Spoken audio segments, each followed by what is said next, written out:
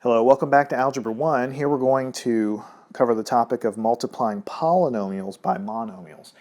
Now, if you haven't figured it out so far, algebra is a sequence of skills, and as you go farther in the lessons, you're really going to be required to use the skills that you've already learned. So this is a great example of that. We've already learned how to multiply monomials together. Here we're just extending it one more level so that we're multiplying something, for instance, like 4. This is the simplest type of problem, times x minus 3. Now you actually know how to do this because you know the distributive property, but you can also think of this as a polynomial, a binomial in this case. And then this first guy is it's a constant, it's a number, but it's a very, very simple monomial, just one term. So it's going to be the same whether or not this is a simple number or something else out here. You're going to take it and you're going to distribute it into each term. So in the simplest case, what you're going to have is 4 times x here, and that will give you 4x, 4 times x.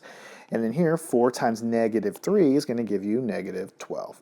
So you have 4x minus 12. That's the simplest type of problem you can come up with where you're taking a polynomial and multiplying it by a monomial.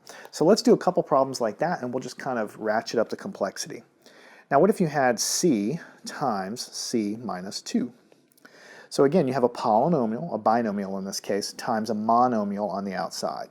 And all you do is you take the c and distribute it to each guy here. So c times c is c squared, right? Because c times c, you add the exponent. So you have 1 here and a 1 here. You add them, so you're going to get c to the power of 2.